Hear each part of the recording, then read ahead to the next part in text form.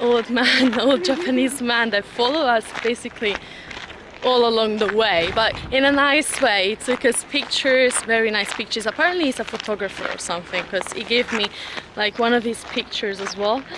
It was very nice. Everything is nice in Japan.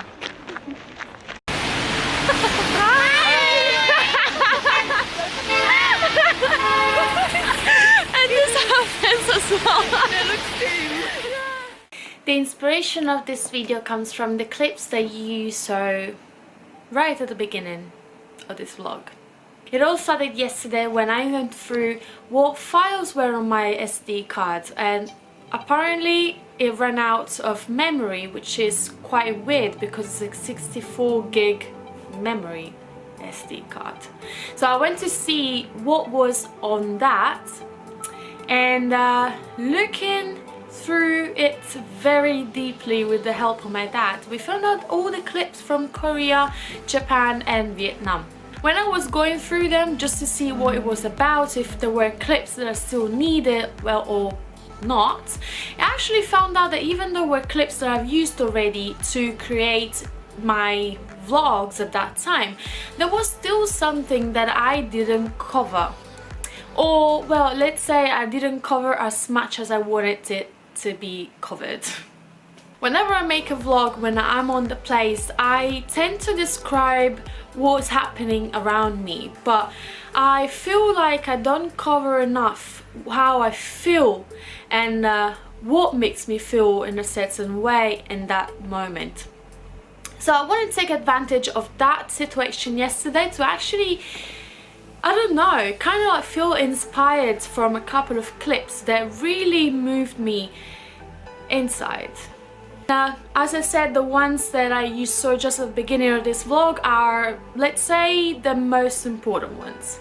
Because while I was watching them again, I felt like this is why I also love traveling. Most of the times we hear a lot of bad things going on in this world that makes us think that the planet we live in, it's pretty shitty. But then when you actually leave your comfort zone, which is your house, and you go somewhere else, then you actually find out that the people from there, from that country, they are nicer than what you thought they could be. And I've been to Japan. I mean, Japan is so nice. Like, people are so kind and they will do anything to help you. I remember this time that I wanted to go to the airport against my will, of course, but I had a flight to take to go back home to London. I didn't know a word of Japanese, or well, not enough to actually make a senseful conversation. This girl was wearing a suit, so I suppose she was going to work in an office.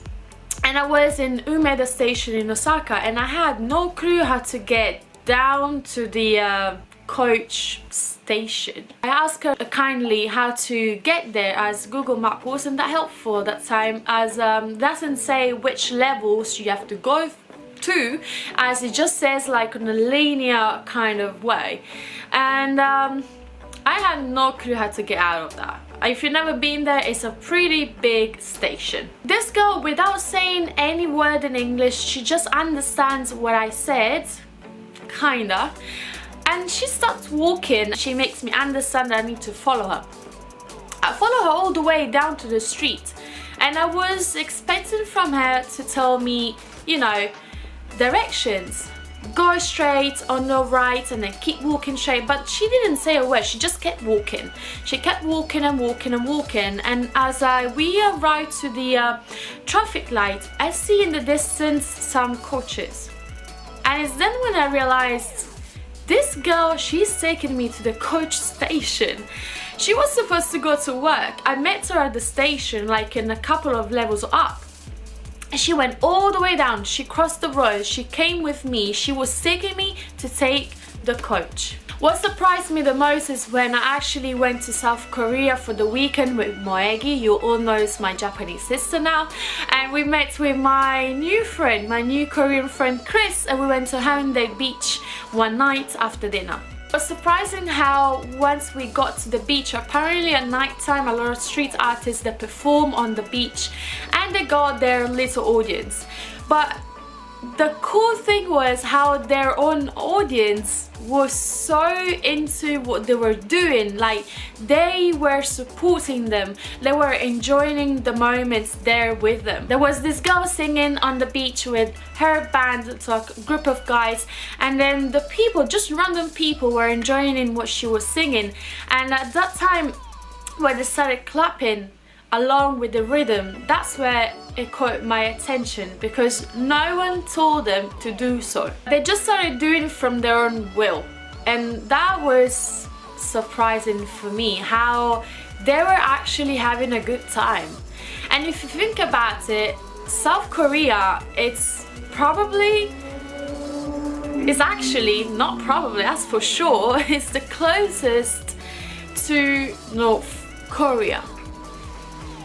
And we all know what goes on in North Korea.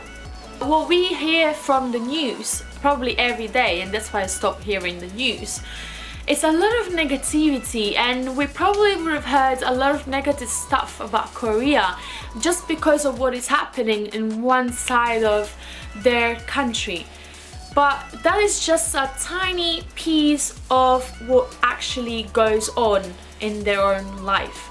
So that's what moves me to actually see every single country, because I don't want to get told what the reality is, and I actually want to experience it from my own. And I actually found out that the way I experience it is totally different from what other people have told me already, or what people have been there already, but they experienced something different from what I did. The reason why I wanted to make this video is because I believe people are nice everywhere in the world, and the world is a nicer place than what you think or what you hear from the news or from newspapers in general. So don't be afraid of what you hear from other people, what you read from the news, or whatever you have that comes to your mind from something or somebody else. Go out there and make your own experience of the world we live in. As always, have a great life, and subscribe if you like more of this kind of vlogs, because I'll be happy to make more of them. And is there a country that you experience that you wouldn't think of to be like the way you experience it? Let me know that in the comments.